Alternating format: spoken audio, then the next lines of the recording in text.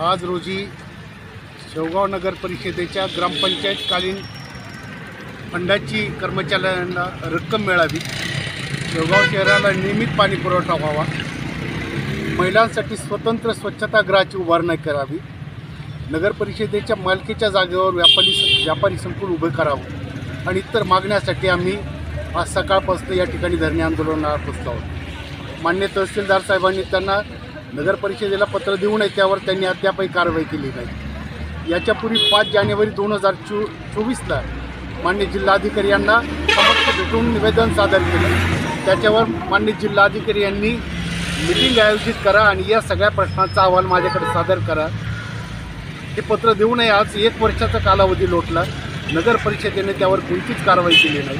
तेव्हा आमची आता मागणी एवढीच आहे की नगर परिषदेचे या कर्मचारी आहेत, अधिकारी आहेत, त्यांच्यावर शिस्तभंगाची कारवाई करावी, अन्यथा आंदोलन आणखी तीव्र करण्यात येईल असा इशारा या ठिकाणी आम्ही देतो। तुम्ही बसलेलो आहो तर ते अजून कर्मचारी आले नाही का, अधिकारी आले नाही का? कोणतेच अधिकारी या ठिकाणी आलेले नाहीत। आम्ही आणखी अर्धा तास त्यांची वाट पाहत आहोत। अर्धा तासानंतर आम्ही त्यांचा जाहीर निषेध करून आजचं आंदोलन स्थगित करणार आहोत आणि याच्या संदर्भात माननीय जिल्हाधिकारी यांची भेट घेणार आहोत आणि यांच्यावर कारवाई झाली पाहिजे। अशा पद्धतीनं सर्वसामान्यांची पिळवणूक करणारे जे अधिकारी कर्मचारी आहेत ते सर्वसामान्यांच्या मागण्याला बेदखल करतात, त्यांच्यावर कारवाई करावी। याच्यासाठी आम्ही लवकरात लवकर माननीय जिल्हाधिकारी यांची भेट घेणार आहोत। तहसीलदार साहेब आले होते काही?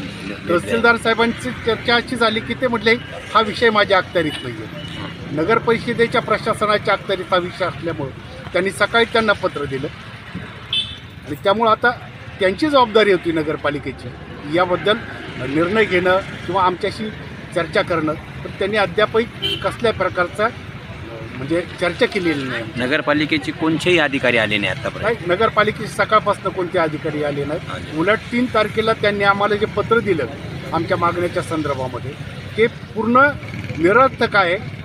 कुठेतरी तोंडाला पाणी पुसण्याचा प्रकार त्यांनी त्या काळी केलेला आहे, म्हणून आम्ही या ठिकाणी आंदोलन करत आहोत।